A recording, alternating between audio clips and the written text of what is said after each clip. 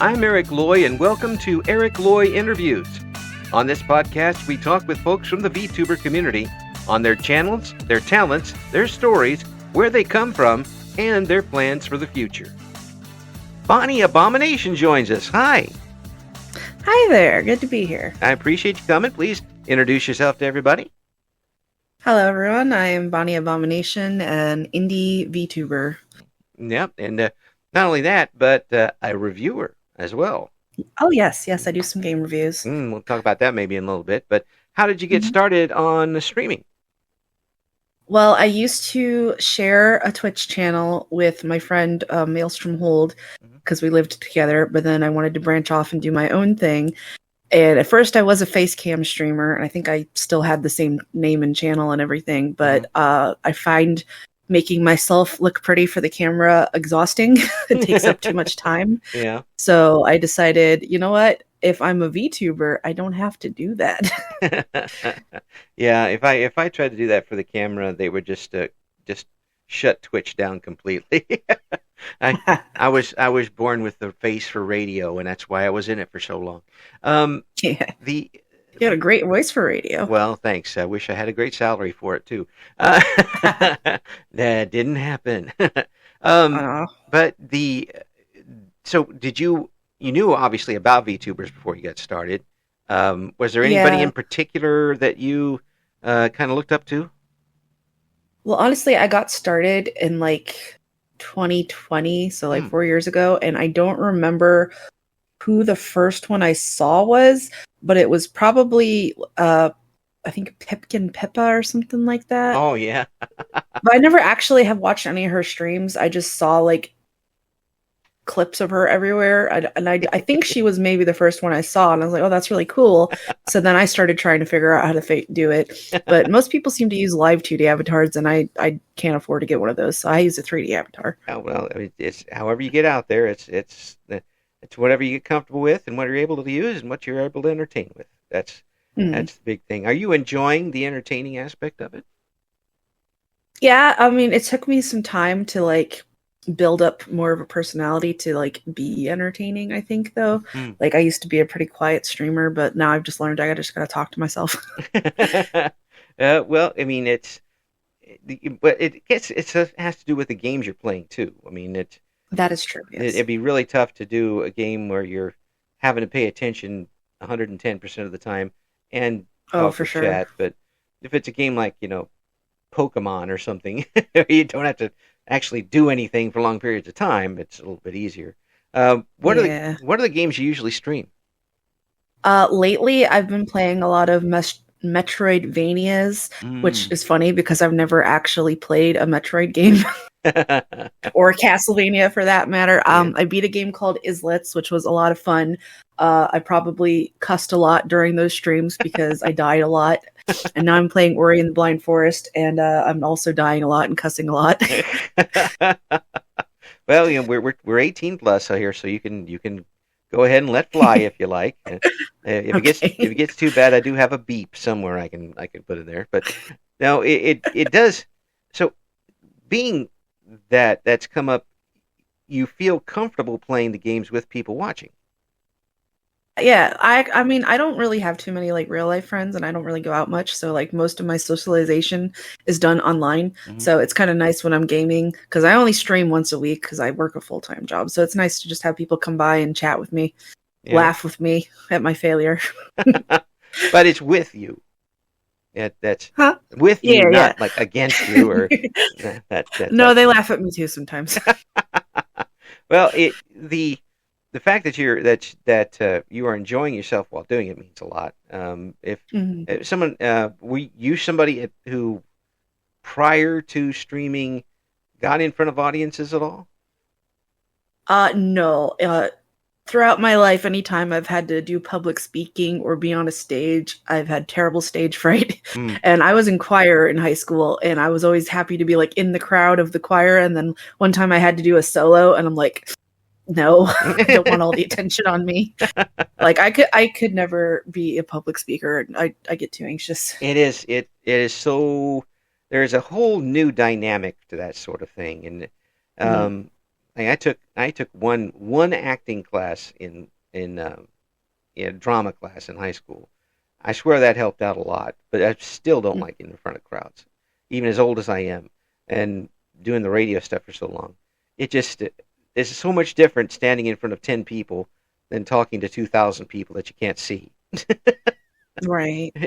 And to see that kind of instant reaction um, does change the game. But here, they're kind of allowing you into their house, um, in a way. I mean, they're coming to see you. How does that hit you? Well, sometimes I feel like there's nobody watching, but then I watch or I look at the results afterward. I'm like, oh, I did actually have people watching me. So I think I mostly get a lot of lurkers. Well, there's nothing wrong with that. I mean, they're comfortable enough with you to stick around. Yeah, and it is a little astounding to be like, oh, there was that many people watching me. Like, I actually got the achievement of like 50 watchers on the stream, and I was like, I didn't realize there was even 10 watchers during that stream. Would So that, that's a little astounding to me. if you knew that was going on, it was that number, would that have Not affected during the you? stream, but after the fact, and I was like, Yeah, oh, I didn't realize yeah. that. But if you knew during the stream, would that have affected you? Oh, probably not. I would have just been like, oh wow, there's a lot of you here today. I didn't realize I was that interesting. What's wrong with you people? Right? Don't you have something better to do than watch me fail at this game a million times? That's reverse advertising there. That'll get more people back. So was there really a goal for you when you broke off and started doing your own thing? Um, Not really. I just wanted to have my own channel and be my own person. Mm, I was kind of going through a lot in my personal life at the time, which was also part of me wanting to like be my own person right. and like break away from things to be more of an individual because I really wasn't at the time. And I've come a long way since then. So Good. in Twitch streaming and otherwise. Yeah. So, has what you've been able to do with folks online, has that carried over into your personal life and interacting with people? I would not say so because I got a new job almost a year ago and they had us go to this like women in networking thing. Mm. And the people that I went with, my coworkers, they ended up breaking off to go and like, mingle with other people. So I ended up standing alone in a crowd of a bunch of strangers. And I had to go outside because I was having a panic attack because it just reminded me of all the times I went to a dance at high school and ended up alone on the side because, yeah. Yeah. Well, So no, it has not. Yeah. Well, I'm still very socially anxious in person. you still beat me because I wouldn't go at all. Yeah, they kind of pulled my arm. They're like, "Yeah, come on, all the girls are going at the office," and I was like, "Fine." I'll go. That's fine. But well, maybe later on that'll kind of help you out a little bit as far as that goes, if you want to do that. Maybe. Yeah. I mean, it's right now. Maybe that's a kind of an escape for you to be able to do this. Yeah. Like I said, I don't really have much of a social life in my Mhm. personal life, so my streaming and the interactions I do while involving streaming, that's my social outlet, really. Yeah. So you've been doing some reviews Hmm. in the past, and how do you get started in doing that? You just start talking about what you like and what you don't like about things, or is that Well, something that that's that building has up to for a do while? with the Twitch channel that I previously streamed on, the Maelstrom Hold. Uh-huh. My friend that still runs that channel, we also have a website, which is the Maelstrom Hold, Uh-huh. and we are like a group of like collaborative gamers, and we also like to do game reviews. And he gets like keys to games and stuff, so we can try them out and then do reviews of them. Ooh. So we're trying to start an alternative to Twitch or YouTube, maybe, and just put our streams and videos on our website once it gets some traction. But who knows? Well, I mean, it's certainly possible. I would think so. And once you get enough Hmm. people involved in it, they'll come back. And again, they're coming back to hear your take on these things. Yeah. Yeah, so it does make a big difference, like it does for folks who are VTubing. They're coming back not necessarily for the game, but to watch you play the game. Yeah. It does make a difference. So did you always wanted to do these reviews, or did it just kind of come to you? It was more my friend from the Maelstrom Hold. His name's Lucian. He asked me if I wanted to do one. I was like, yeah, you know what? Why not? and now I kind of enjoy doing it. Mm. So when you do one of these things, do you play the game all the way through? Do you take notes as you go? How do you do it? Not all the way through, but I try to put a good chunk of time into it. The last review I did, I barely made any progress in the game because it was just a game that I could not play. I was not good at it. So I did my best and commented on, like the art style, the music, what I thought was good about it, but Mhm. it was just not the kind of game that I was good at playing. And I even apologized in the video. I'm like, I'm sorry, I suck at this game. It's Well, not a bad game. I just can't play it. well, that's honest though. I mean, that's it's a lot more honest than somebody who comes in and says this game is terrible. In the fact Yeah. is they're just terrible at it. It doesn't Yeah. make the game bad. That means that you've got a skill issue. Yeah, I always try not to like just give like a. I don't want to shit on somebody's game because Right. I look at it from an objective standpoint. What's good about it? And I'm like, if you like this kind of game, then you may enjoy this game. But if you don't, then you may not. Mm. So I don't doing want to ever this, say that someone's game is just straight up trash unless it actually is. yeah. Sometimes it is. That's just Sometimes it there's is. just there's just nothing you can do about it. It's like you watch a movie and sometimes it's just god Mhm. awful and you can't do anything about it but Yeah. suffer at that particular point. Having It's like done I'll never get this, that time back. yeah. Having done this though, does that affect how you enjoy games normally? Um, Maybe. Sometimes I play stuff just for fun for me. Hmm. I don't always stream or record everything I play, but lately with my new work schedule that I have, I don't really have time to play games outside of streaming. So Yeah. So it I have a huge backlog of games that I haven't touched. And I just bought 2 new games today, which are also Metroidvanias. I don't know why I keep punishing myself like this. I'm not good at them, just but don't I get enjoy them. just don't get involved in the gotcha games at this point. It sounds like Oh God, no. they'll I get a hate hold of. gotcha games with a passion. Oh, I good. can't. Yeah, I'm not downplaying folks who enjoy the gotcha games. Just that you tend to lose your wallet and a lot of other things. Yeah.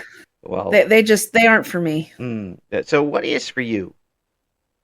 I like a lot of like puzzle games, Uh-huh. and I'm bad at platformers and Metroidvanias, but I've been playing them a lot, so I have to say I enjoy them, I guess, because I keep playing them. Anything with RPG elements, Stardew Valley, cozy games like that, I'll play occasionally. Hmm. Yeah, I got to stay away from Stardew Valley because I've got 30 save files, and Oh my gosh. yeah, and if I get into it again, I'll never come back. Yeah, I do tend to get sucked into it when I start playing it. Yeah, but that tells you how great a game it really is. Yeah, it is. It's a very enjoyable game. You Yes. just keep coming back to it, and you find out ways to cheat it, and come back and play it again. Yeah, and now there's like other games that are coming out that are similar. Like I think Fields of Mystery or something, or it's very similar style games. I'm like, I want to play those, but I haven't even beaten Stardew Valley. So Yeah, that's right. It does. They start tearing at you a little bit. Like you got to try this one too. mm, You try this one too, and you end up. It's tough enough for me to concentrate on one game at a time. right. So do you end up doing one game at a time for the most part, or do you split your time? Yes, I try to play only one game until I beat it. I did actually come back from a break recently. I took like a break for 2 months, and I was like streaming twice a week. I was playing Cult of the Lamb and Islets, and then sometimes I'd switch it up and throw in Stardew Valley. Hmm. But I felt like I wasn't really making progress in any of the games by doing that. Hmm. So now I'm gonna focus on one game for streaming. And then I'm also doing a Let's Play series for the month of October, which is going to be Alice Madness Returns. So I need to play that a little bit on my off time and just record it. I'm not streaming it.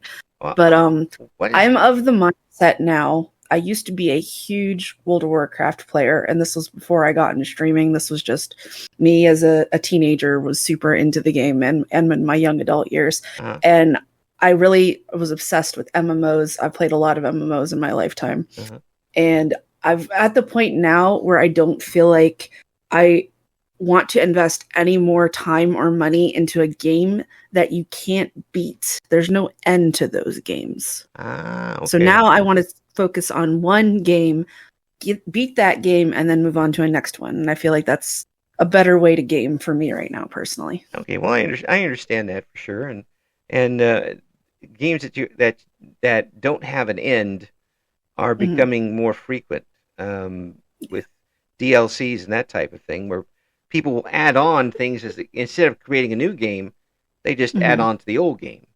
Um, That is true. and I think you're going to see a lot more of that with games that are modular in a way Hmm. where you can expand. It's got its good and bad points. Um, the bad part is you don't see anything new game wise. Hmm. The good point is you get to play the game that you've already played before in a different way. Yeah, that's true. But Yeah, even then, with those DLCs, there's still an end to that new branch of the story. right. It's just online games. It's like you just play forever and there's Yeah. no end to them. And what about the games where you end them, but you still have things to do, uh, or you've gone through and there's quests that you haven't gotten done, and suddenly you accidentally finish the game. Uh, Well, that bothers me a little bit, but I've never been someone that's always gotten like 100% of all the trophies, and yeah, I try to get as much done as I can when I game, but I'm not going to beat myself up about it and be like, oh no, I have to 100% this game. mm, yeah. There's some of those games that you think you're 100%, and then somebody finds something else, and then you're like, oh Hmm. no. And if you're DLCing with that, you're really going to be up a creek. Yeah. And I'm not in the habit of replaying games just to go and get something I missed either from Yeah, all the way from the beginning. Like, no thanks. I'm just going to play a new game now. yeah. So do you ever go back to old games at all? I mean, personally play? Occasionally. Yeah. um like I've played the Kingdom Hearts series a couple times because that's just like probably my most nostalgic series. Uh-huh. I have a tattoo from the game. Yeah, that would tend to indicate that you kind of like it a little bit. Yeah. Yeah. So that's when you'll come back to that. Is that kind of a comfort game for you? Say so, yeah. Yeah. Yeah. Although I I like the music. I like the lighthearted humor in it, yeah. and it's just goofy, and it just reminds me of my childhood. So That's it's been a while since I've played it though, but I probably will play it again at some point, especially if the fourth game ever comes out. I'll to probably replay all of the games then. to be clear, it reminds you of your childhood because you played the game, not because your childhood was like what happens in the game. No, no, no, no. The Kingdom Hearts was the very first PS2 game I ever played, and I put a lot of hours into it as a kid.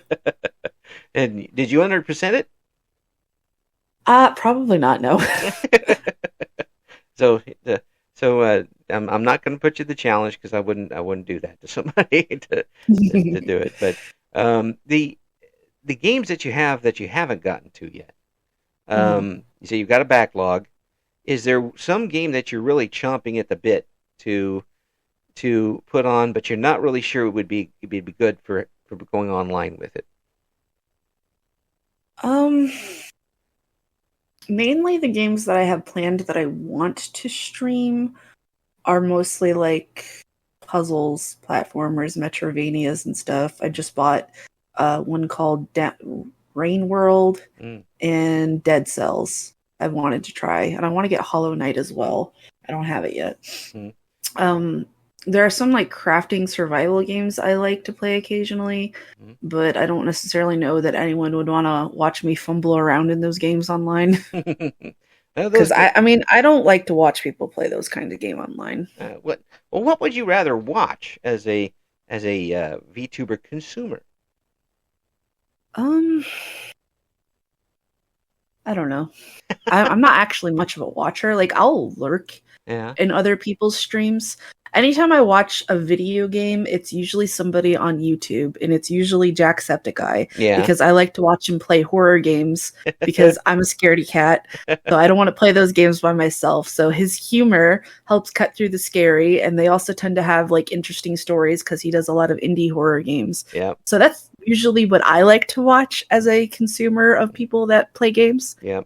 And I watched pretty much all of his stuff when I first Mhm. found it. Like, oh hey, look at this, and then I like for months just watched all the backlog that I could, and Mhm. and then went from there and started, and then found VTubers eventually. Um, Yeah, and you guys are interesting. Um, I would like to think so. no, it is true. Everybody's background is different and how they got to it, and different stories, and some folks like yourself, didn't really want to get out in the public eye, but here you are with a potential audience of the entire planet. You haven't At run least I away hope yet, I have can be that big someday. you? But it is something to know that the person who's sitting there watching you could be upside down from you on the other side of the world. I do know I have at least one fan that's in Germany, Mm, that's and cool. he usually drops by all my streams. Well, there you go. You got one fan in Deutschland. So the what has been the toughest part for you since you've gone on your own streaming? Is it the planning? Is it the actual stream itself? What is it? Well, streaming isn't hard. It's what comes outside of streaming. You got to make extra content to advertise yourself, to get people to come to your streams. Mm, The finding the time to do the video editing, to upload like VODs or video any other kind of videos. It's just the making the content outside of the streaming. The streaming is the easy part. mm. So it's the showing it putting the signs up that says come watch my stream. Yeah, to getting people to come. Yeah, and we call that marketing Yeah, in yeah. radio. But it really does do some people some good if they can Mhm. get the right combination. And that one of my favorite phrases lately is your mileage may vary because it's different for everybody. Um, Yeah. it could be a combination of TikTok and YouTube Shorts, or Mhm. YouTube VODs alone will make a difference. Um, do you see yourself expanding and getting more and more mediums to stream on? I've thought about like dual streaming to TikTok and Twitch, but the last time I tried that, TikTok Studio crashed on me. So, and I haven't tried streaming on YouTube ever, but that could be an option maybe. I really need to upgrade my computer though. Mm, Like it's probably not long for this world if I don't get a new SSD soon. yeah, And my graphics card is outdated. yeah, yeah. I learned about the graphics thing when I tried to install Fallout 4, and it said it just kept on the front screen, and I couldn't do anything about it. And then the Mhm. help desk people online were just laughing at me when I told them what my computer was. So Yeah, it, it's going to be a while before I play that one. yeah, I'd actually gotten a key to a game called Ultimate Zombie Defense 2 from the Maelstrom, so I could make a video for it because he had the permission to like make trailers for it before the game was like officially released. Oh, So he gave me a key to make a review video for it, and I had to make it like as tiniest resolution box on my monitor as possible and turn the graphics all the way down, and it was still laggy. I'm like, damn, I need to update my computer. so you just have a slightly purple blob moving slightly across the screen. It made aiming at the zombies very hard because it was so laggy. That's tough to even review, isn't it? At that point, I mean, Yeah. you can't I really. was like, I like the music. The music is fine, except when it goes too loud and my computer stops. Yeah. I think VC Face, my face tracking app, actually like ended up crashing during that recording. Ah, that's something that being a audio person, I've never had to deal with. But Yeah. I mean, is that how frustrating is that when you've got everything ready to go, you've got your tracking is set up, you're ready to go, and then that crashes. Is that something that you can fix uh, quickly, or is it something you have to just shut everything down and try again later? Well, it depends on if it gets like really stuck or if the whole computer froze. It's not too hard for me to just close the app and reopen it, Mm, unless it just is refusing to close for some reason. Then mm. I might have to restart my computer if it Meh. just won't. Yeah, yeah, that But happens. that hasn't happened yet, Mm. thankfully. Well, I hope not, but any program can get stuck in that sort of thing, like Yeah. the old I see Fallout that a lot. games. I work in IT. Yeah. Oh boy. Yeah. I'm not telling you anything you don't know as far as that goes. At my job, I'm overworking the poor IT people all the time, unfortunately. But I do Yeah. I do get them coffee when they're there. I always have clients at work calling me and they're like, "Oh, I'm sorry to bother you." I'm like, "No, this is what I'm literally here for. Please give me work to do," because a lot of the times I'm like sitting at work just like waiting for a ticket to come in. So how many ITs do you have working there? Because we have one for the entire city. We are a small company that have clients that are like doctors' offices, banks, that we got some schools, we got some other like small businesses, and there's various levels of agreements to what we do for them. But anytime they have like a computer issue or they need someone to make like accounts for their like, company's domain or whatever, we do all that kind of stuff. We also do some cybersecurity things. So we have a fair amount of work, but there's some days like last Friday, I probably did like 2.5 hours of work in my 8-hour shift. Oh, gee. It's slow sometimes. I'm gonna bring up a scenario and see if this scares you or not. Okay. My company has just got new software, and for some reason, it doesn't work with our software that we bought in 2011. Can you fix that? No, because sometimes legacy software just is not compatible with modern software, so you may need to find something to replace your legacy software. But what do we pay you for? Fix it. Yeah, sorry, we're not miracle workers. Oh. And if you're angry about that, you can speak to my manager. Good job. But it does happen in our line of work. We've got one program that was first put together in 2003. And we're still running it. Yeah. And it's kind of we have some clients that do that, and we have this like application that like scans for vulnerabilities, and it's like those same vulnerabilities pop up every month because they're just not going to replace that software and it's no longer getting updates. So it's like, well, you're just going to have to deal with that security risk then. You run the software and you just get a screaming face on screen and it quits. Yeah, you got some problems there, man. Well, it is extremely important, obviously, and I hope that you get that credit for that, because without you guys, we ain't going nowhere fast. I'm always happy to help at my job, and I love my job. Cool. Well, I hope that you're loving streaming. Sounds like you're enjoying yourself. I do it just as a fun hobby, honestly. Like I said, it's my social outlet. Like I don't expect to make a bunch of money off of it. I don't expect to be somebody like Iron Mouse, although that would be awesome. But, like I said, I'm just in my own corner doing my own thing just for fun. Well, we're going to have the links. You can check out what Bonnie's got going on in the interview description for this. And I'm absolutely pleased to have met you over this interview. And thank you so much for coming on. You get some stuff coming up, some events on your channel, you let me know, okay? Sure thing, and it was great to be here. Thank you for listening to Eric Loy Interviews. Join us again next time when we talk to another member of the always interesting VTuber community.